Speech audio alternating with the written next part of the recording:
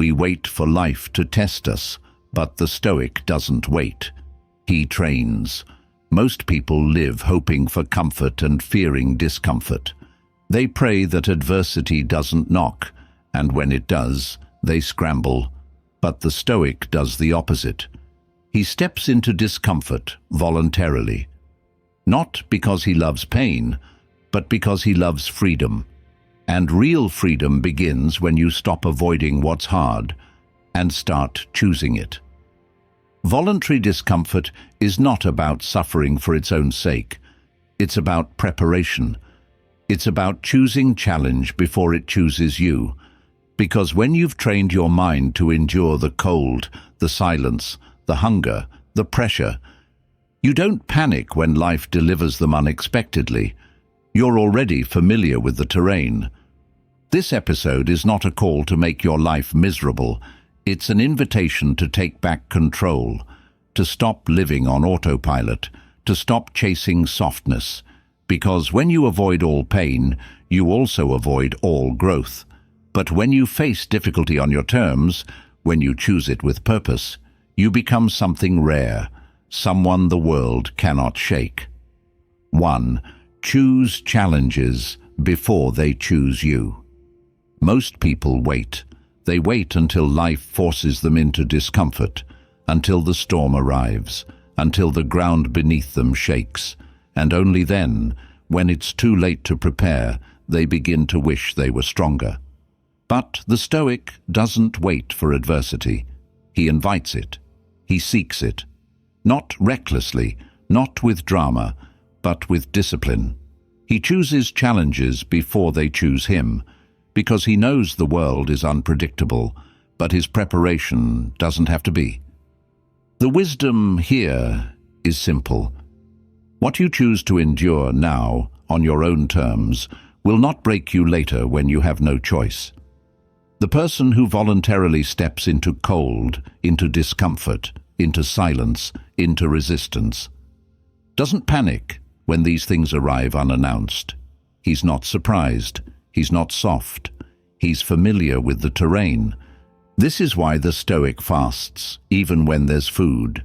Why he rises early, even when he doesn't have to. Why he takes the stairs, walks in the rain, holds silence when it's easier to speak. These small, voluntary hardships are not about proving anything to the world. They're about building inner gravity. They're about reminding yourself, I can endure more than I think.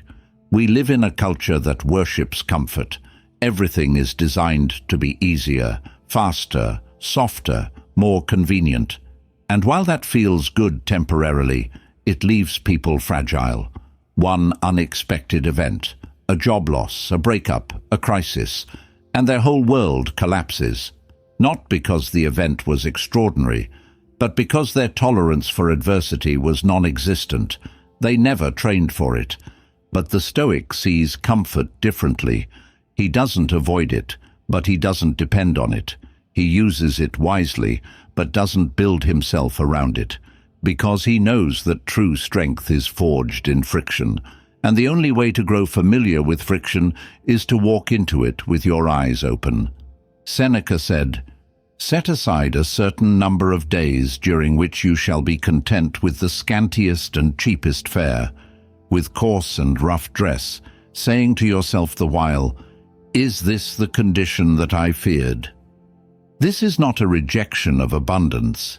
It's a test of attachment, because the moment you realize you can live without, you stop being a slave to having more. This doesn't mean becoming extreme.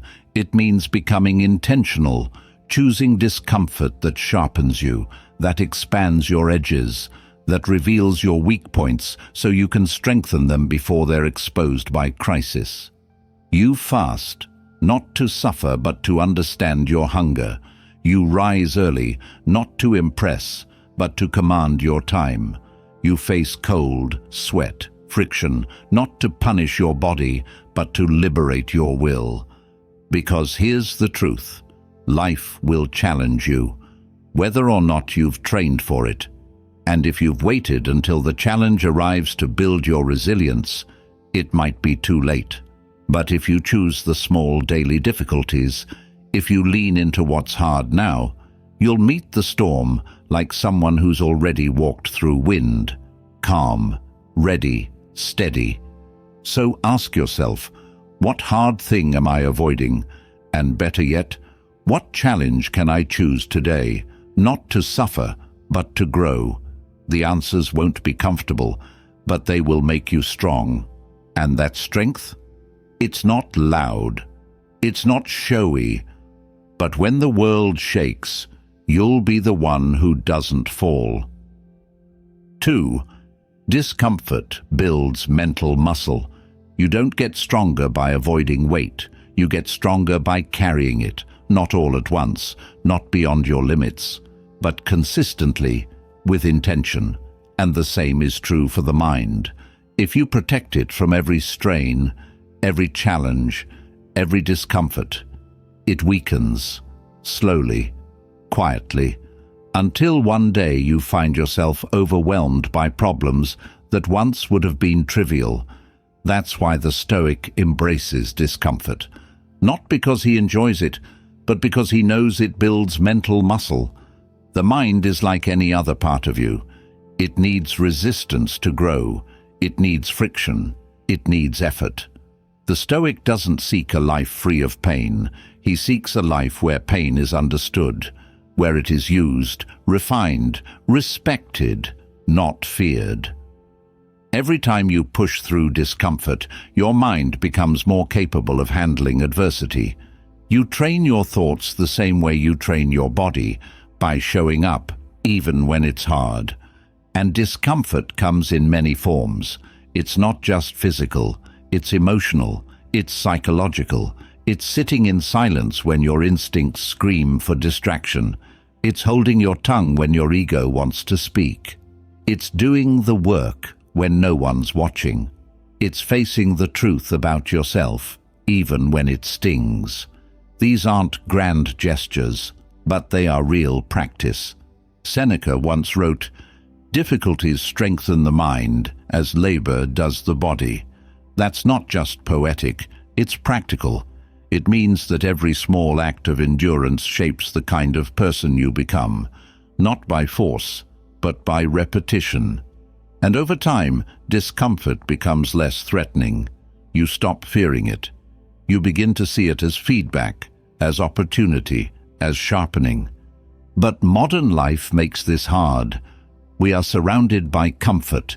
Everything is optimized to reduce struggle, and while that's convenient, it's also corrosive, because ease without effort doesn't create peace. It creates fragility. It creates minds that panic under pressure, that break when routines change, that collapse in the face of resistance. But the Stoic builds differently.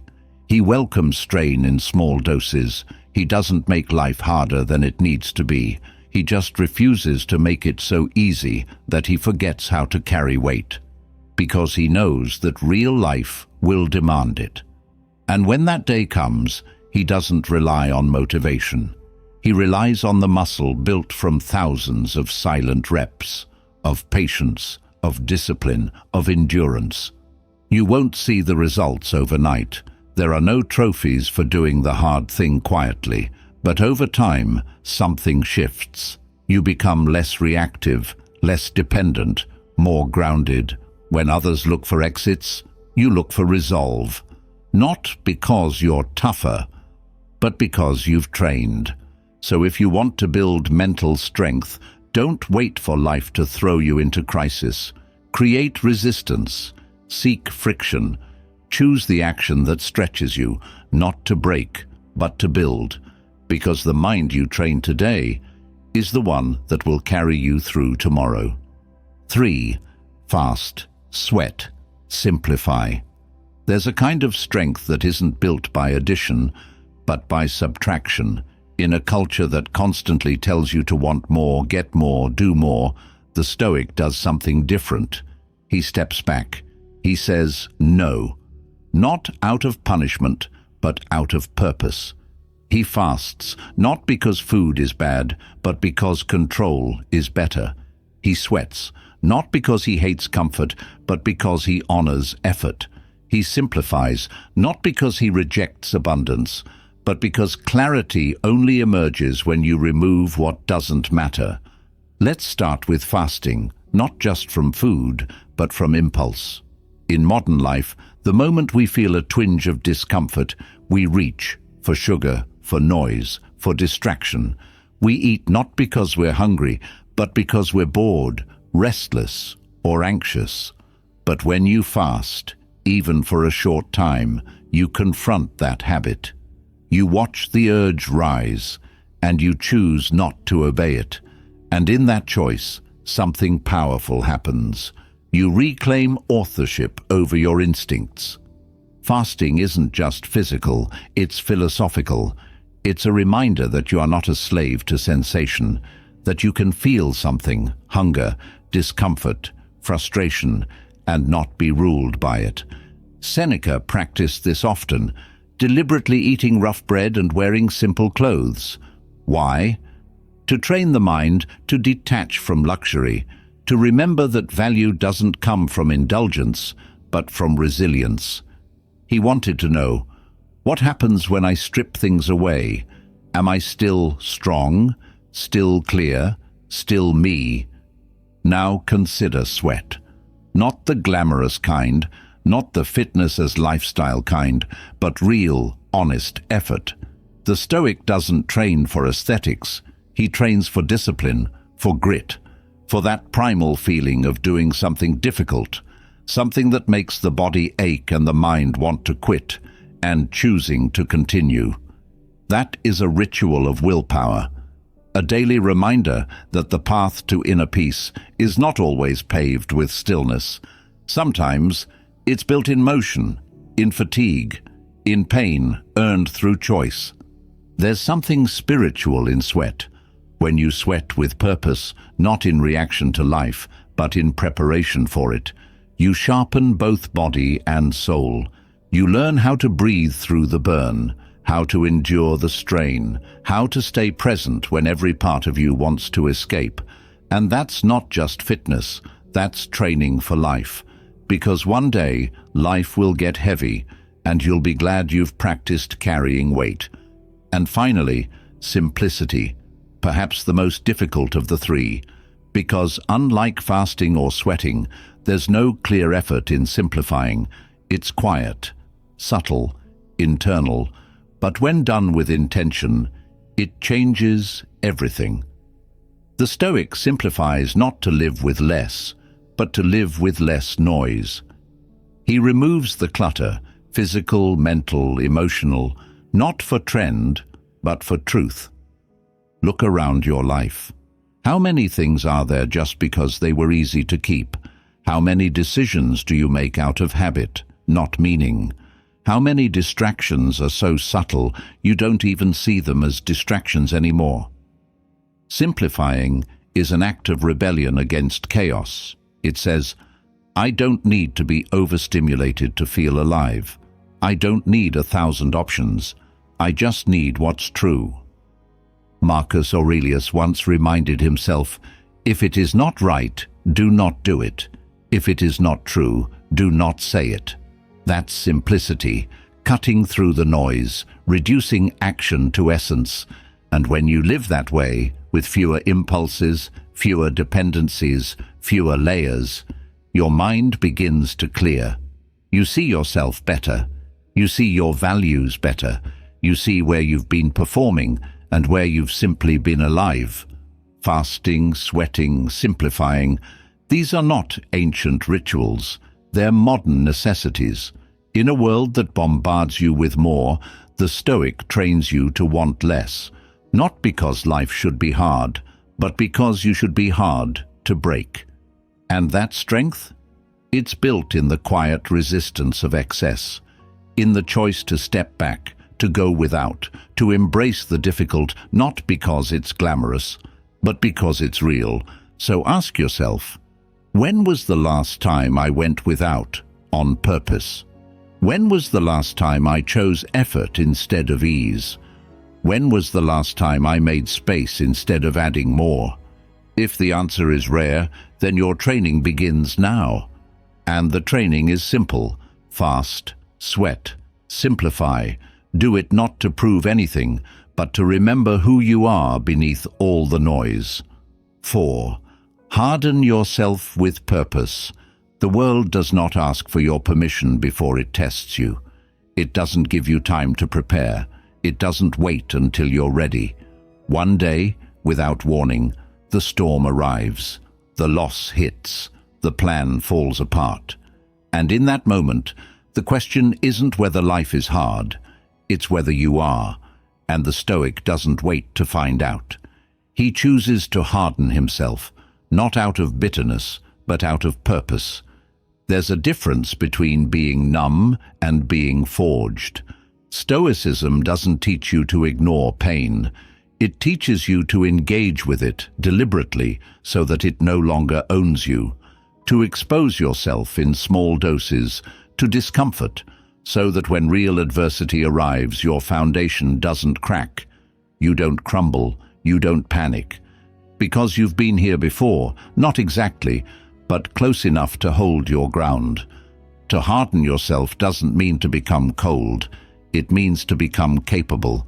It means you choose the harder path now, so you're not broken by the harder reality later. You take cold showers. You walk when you could ride.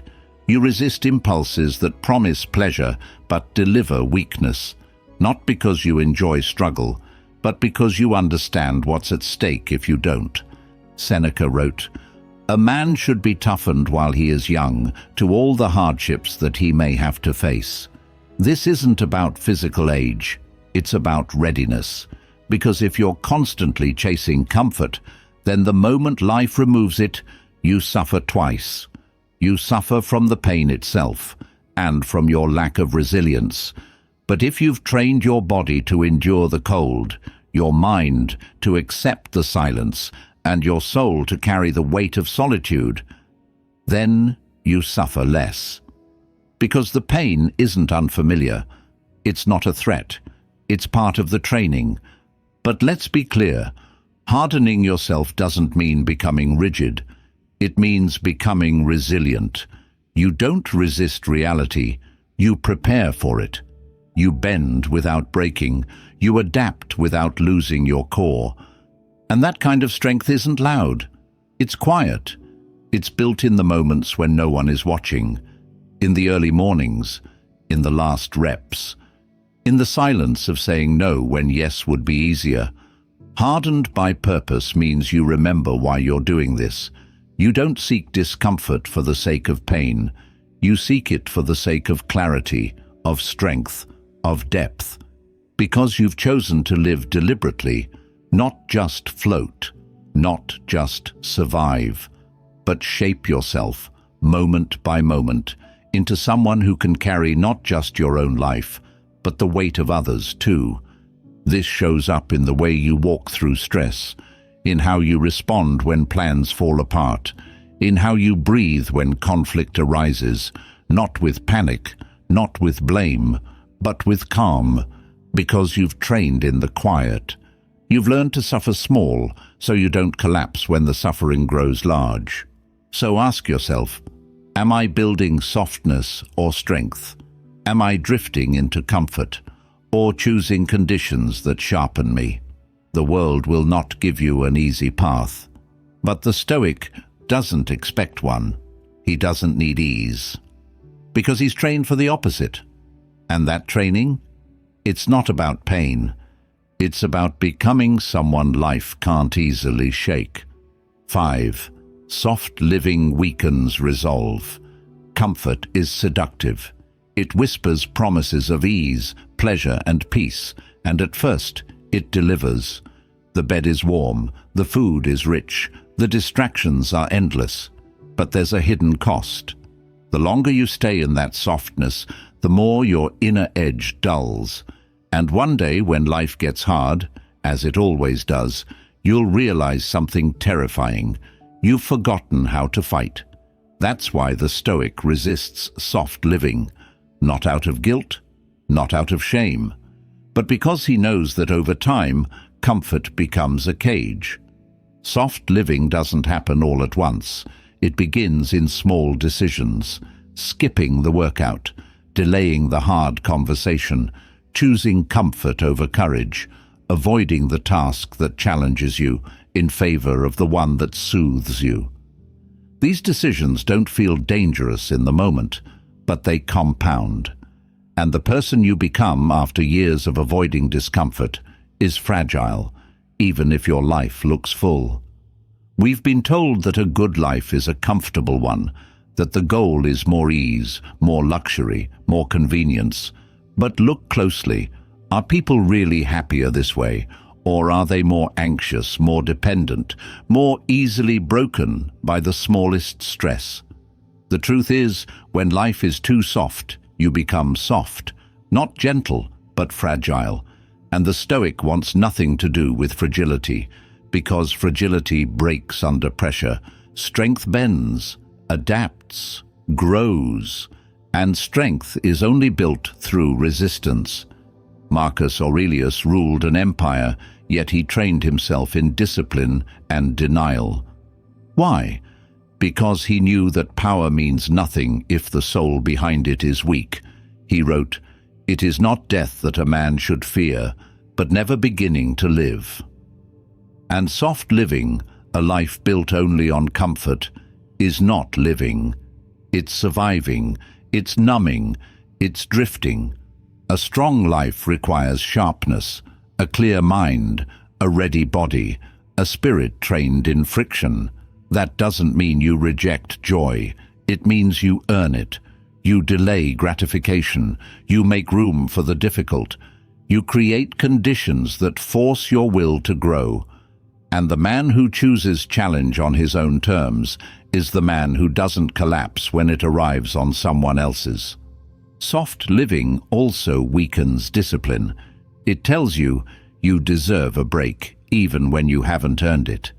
It tells you just this once won't hurt. It convinces you that rest is more important than movement, that indulgence is harmless, that you'll fix it later. And slowly, it robs you of your drive, your edge, your ability to push when you don't feel like it. But the Stoic doesn't wait for motivation. He trains for momentum. He doesn't live for ease. He lives for alignment. He doesn't avoid pain. He transforms it into power. That's why he builds systems. Morning discipline, cold exposure, fasting, silence, simplicity. These are not random habits. They're defenses against the decay of resolve. And in a world that tells you comfort is the goal, choosing resistance becomes an act of rebellion. So ask yourself, am I living too soft? Am I choosing ease at the expense of my edge? Because every time you reach for comfort, you're making a trade. And if you're not careful, the price will be your strength. But you can take it back, right now. One hard choice at a time, one honest action, one decision to stop numbing and start training. Because comfort may feel good, but only discomfort builds the kind of person who can carry a meaningful life. 6.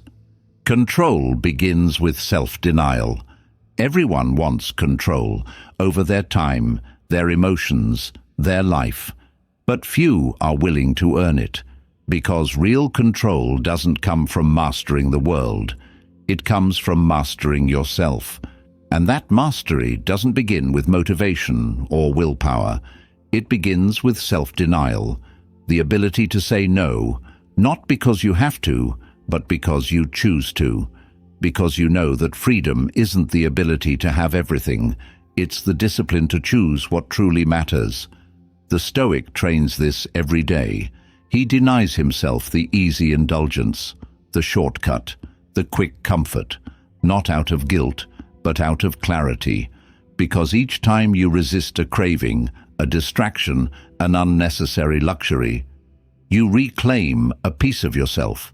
You strengthen your command center. You prove, in action, that you are not a servant to impulse, that you are not ruled by appetite, but by alignment.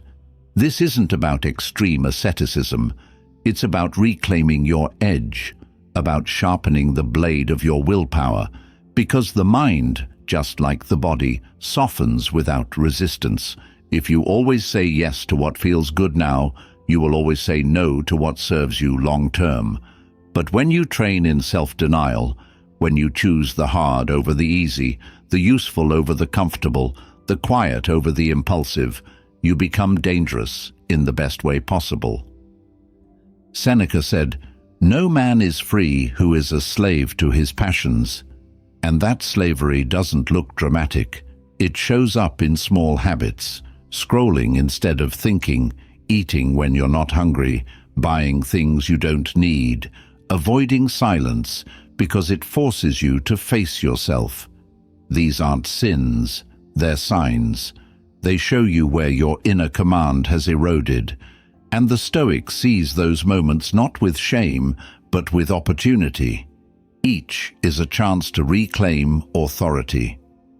The beauty of self-denial is that it creates space between urge and action, between thought and reaction, and in that space, your power lives. The ability to choose your next move, not from reflex, but from principle. That's what the Stoic trains for. Not perfection, but presence. To be fully there in the moment when most people have already surrendered to impulse. And here's what most don't realize. Every act of self-denial, no matter how small, builds identity. Saying no to a second helping, to gossip, to snooze, to the excuse. These are not restrictions. They are refinements.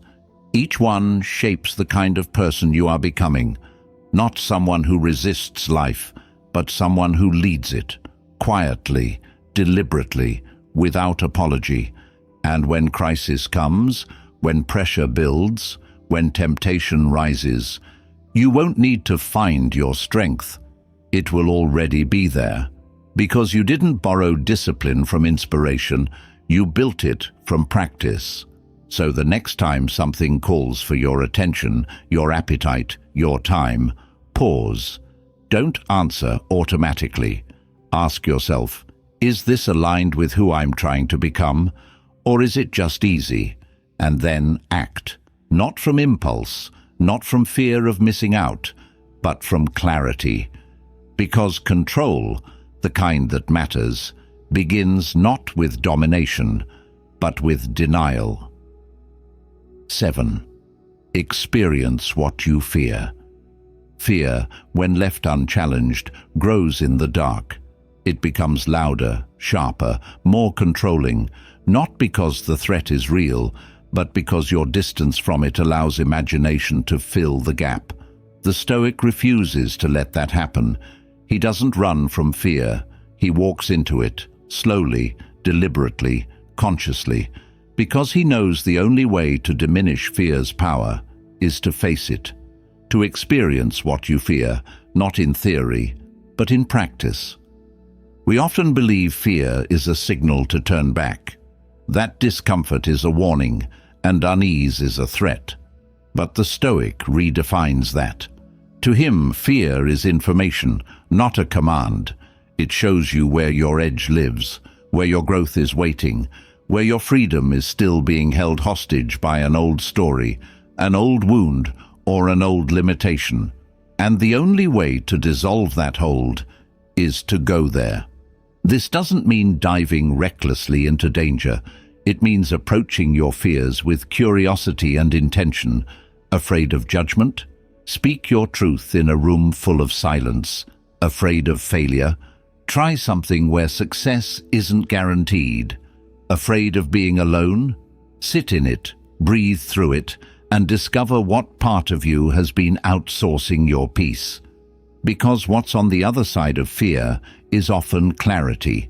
The realization that what you feared wasn't as permanent or powerful as you believed, that you can survive it, that your nervous system doesn't explode when you feel anxious, it recalibrates, that your soul doesn't shatter when you're misunderstood, it solidifies, and that strength, It doesn't come from avoidance.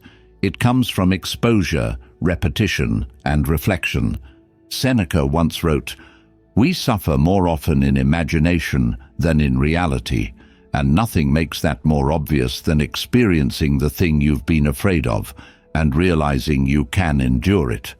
The Stoic trains this not occasionally, but consistently.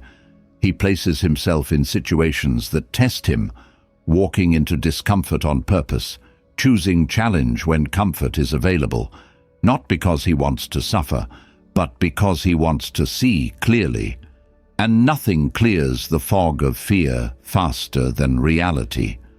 Modern life makes fear easy to avoid.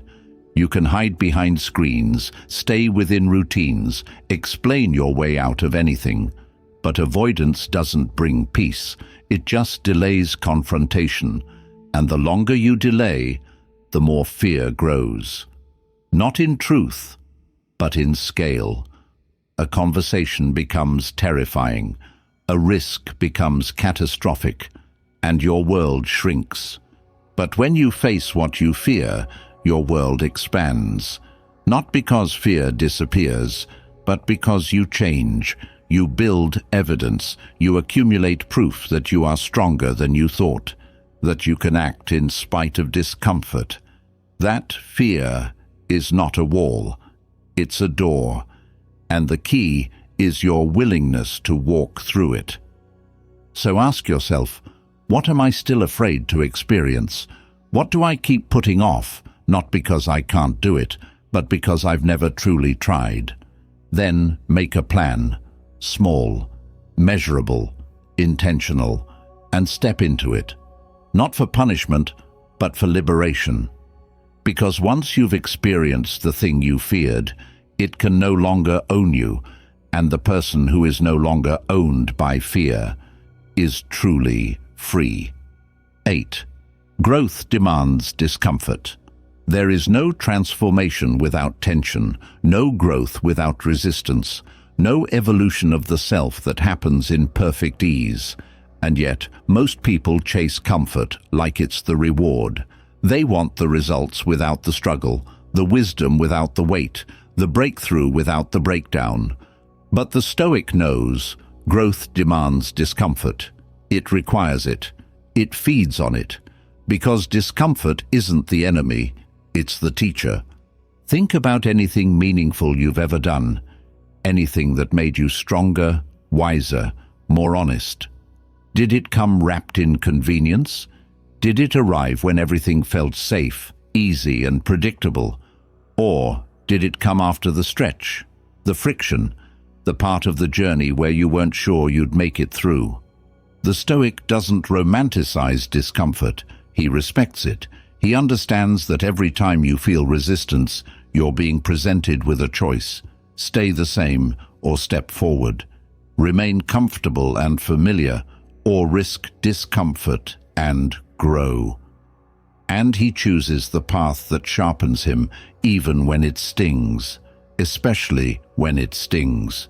Growth is uncomfortable because it requires you to leave something behind, an old belief, an outdated identity, a protective habit, a part of yourself that no longer serves you, and loss, even when necessary, hurts. That's why so many people avoid growth. They think it will feel good, but the truth is, it often feels like undoing, like being stripped down before you're rebuilt. But the Stoic embraces that process, because he knows that the pain of growth is not punishment, it's progress.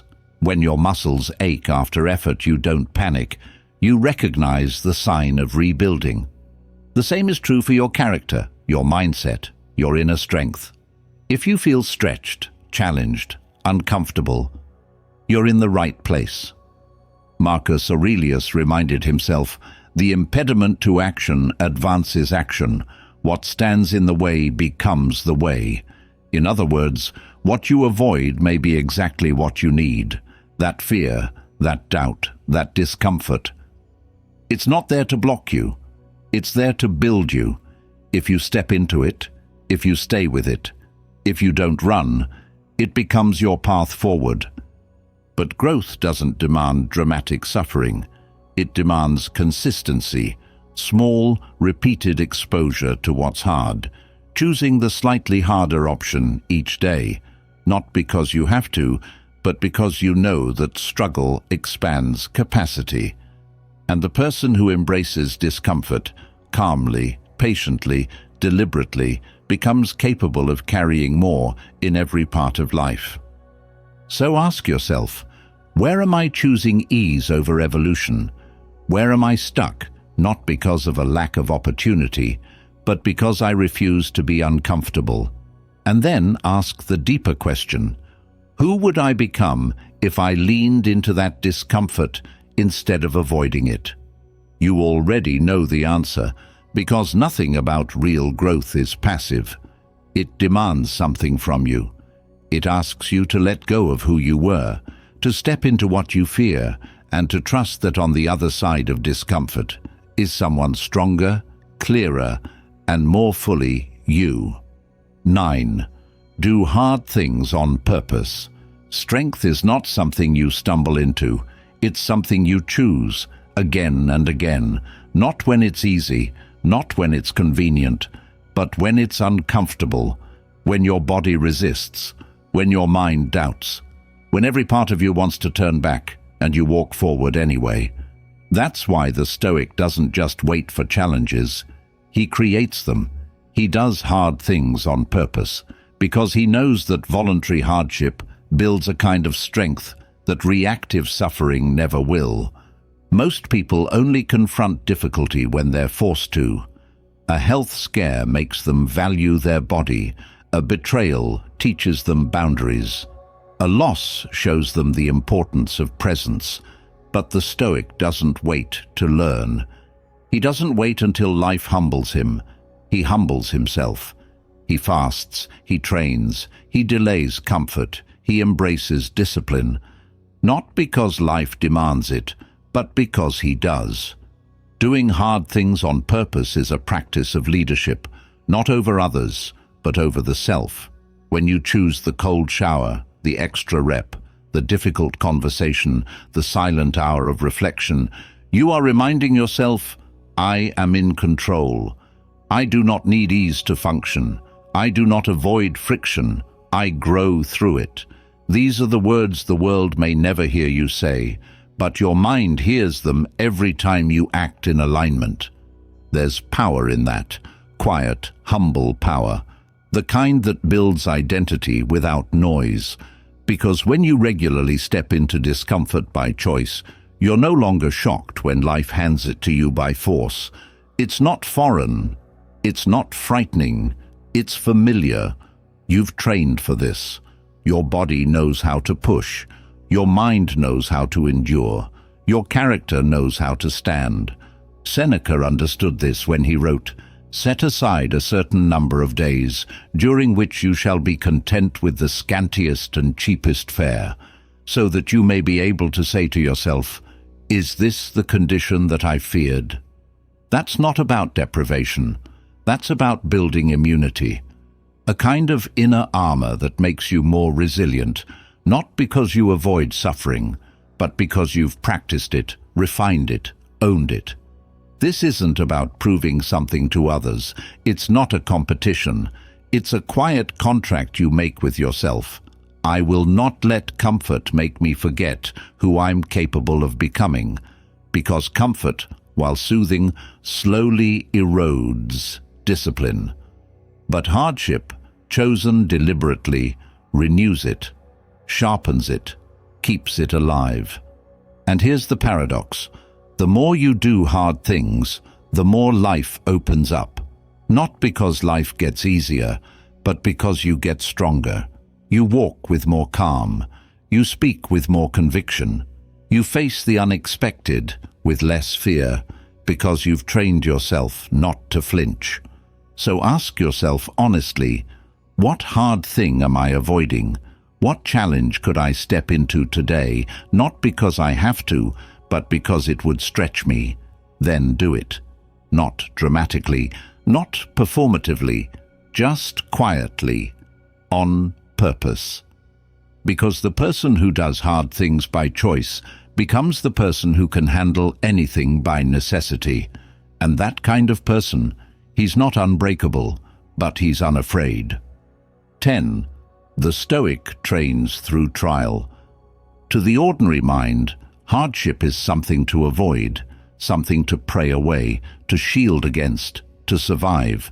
But to the Stoic, it's something else entirely. It's training.